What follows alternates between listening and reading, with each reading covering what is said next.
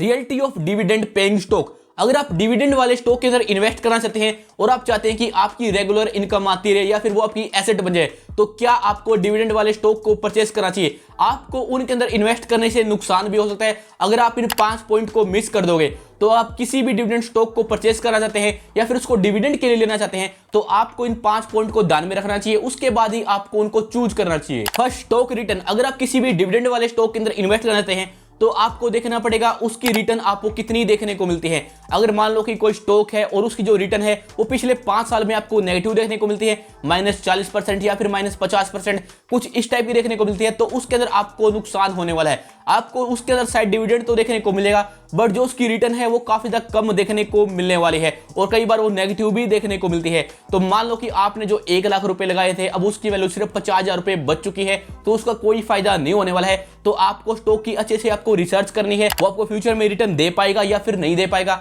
कहीं ऐसा ना हो आप कुछ हजार रुपए के चक्कर में आपके लाखों रुपए कम हो जाएं, तो आपको नुकसान हो सकता है। तो आपको किसी भी स्टॉक की रिटर्न को देखना चाहिए। Second, inflation. इन्फ्लेशन आज के टाइम में काफी बड़ा टॉपिक बन चुका है। इंडिया के अंदर आपको साल में 5-6% का इन्फ्लेशन देखने को मिलता है। काफी सारी कंट्री है उनके अंदर आपको काफी ज्यादा देखने को मिलता है, बट इंडिया का इन्फ्लेशन आपको कम देखने को मिलता है। जो आज आपके पास 5 लाख रुपए हैं, वो 5-10 साल के बाद उनका नंबर तो 5 लाख रहने वाला है, बट जो उनकी वैल्यू है वो 5 लाख रुपए नहीं रहने वाली है, वो काफी ज्यादा कम हो जाएगी। तो आपको ऐसे स्टॉक के अंदर इन्वेस्ट करना चाहिए जो इन्फ्लेशन को बीट कर पाए, जो उनकी रिटर्न है या फिर उनका जो डिविडेंड है वो इतना ज्यादा होना चाहिए जो कि इन्फ्लेशन को बीट कर पाए। अदरवाइज आपको कोई प्रॉफिट नहीं होने वाला है, मोस्टली आपका फ्लैट रहेगा या फिर आपको नुकसान होने वाला है।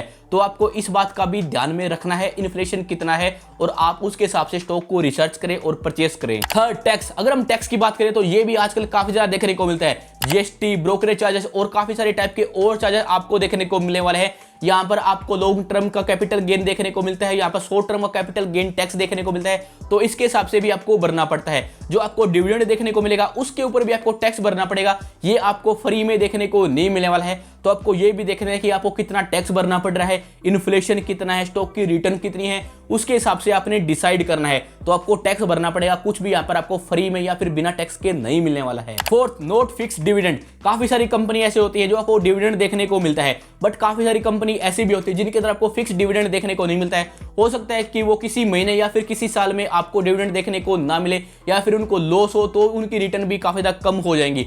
तो कुछ भी फिक्स नहीं है। हो सकता है कई बार आपको 5 रुपए का डिविडेंड देखने को मिले या फिर कई बार आपको 2 रुपए का भी देखने को मिले, तो ये घटता बढ़ता भी रह सकता है, उनके प्रॉफिट के ऊपर भी डिपेंड करता है। और कई बार आपको शायद ना भी देखने को मिले, हो सकता है कि कई बार आपको 1-2 साल के लिए भी ना देखने को मिले। तो काफी सारी कंपनी ऐसा करती है, बट कुछ कंपनी ऐसी भी हैं जो कि रेगुलर देती हैं, तो आप उनके साथ भी जा सकते हो, बट ये कई बार फिक्स नहीं रहता है, तो आपको इस बात का भी ध्यान रखना चाहिए। Fifth, less growth. जो काफी सारे आपको डिविडेंड पेइंग स्टॉक देखने को मिलती है, उनकी जो ग्रोथ होती है वो जो बाकी स्टॉक होते हैं उनसे थोड़ी कम देखने को मिलती है।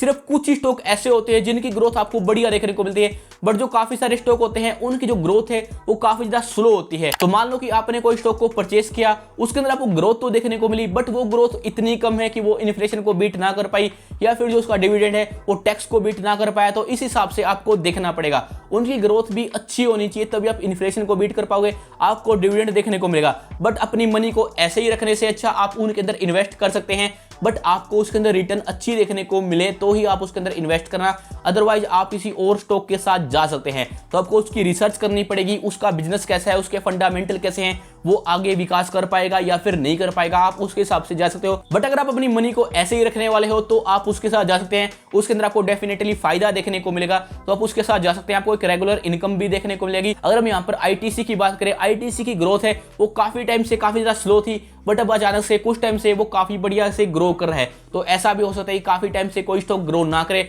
उसके बाद वो अचानक से ग्रो करना स्टार्ट कर दे, तो आप इसके हिसाब से भी डिसाइड कर सकते हो स्टॉक को आपने देखना है वो स्ट्रॉन्ग है या फिर नहीं है, उसके हिसाब से आप डिसाइड करना। तो अभी लास्ट में जानते हैं क्या आपको डिविडेंड वाले स्टॉक के अंदर इन्वेस्ट करना चाहिए या फिर नहीं करना चाहिए। तो गाइस अगर आपको ये 5 पॉइंट समझ आ चुके हैं तो आप उसके हिसाब से डिसाइड कर सकते हो। साथ ही में डिविडेंड वाले स्टॉक के अंदर इन्वेस्ट करने के लिए आपके पास ज्यादा पैसा भी होना जरूरी है, अदरवाइज आपको काफी ज्यादा कम रिटर्न देखने को मिलने वाली है। तो एक थोड़ा सा ज्यादा पैसा हो तो आपको अच्छा रिटर्न देखने को मिल सकती है, तो अब इस बात को ध्यान रखना। साथ ही में आपको थोड़ी नॉलेज भी होनी चाहिए, आपको रिसर्च करनी पड़ेगी, तो उसके बाद आप डिसाइड कर सकते हैं। इसके अलावा काफी सारे और पॉइंट भी होते हैं, आप अपनी खुद की रिसर्च भी कर सकते हैं। तो कमेंट करके आप कुछ भी पूछ सकते हैं। Thanks for watching.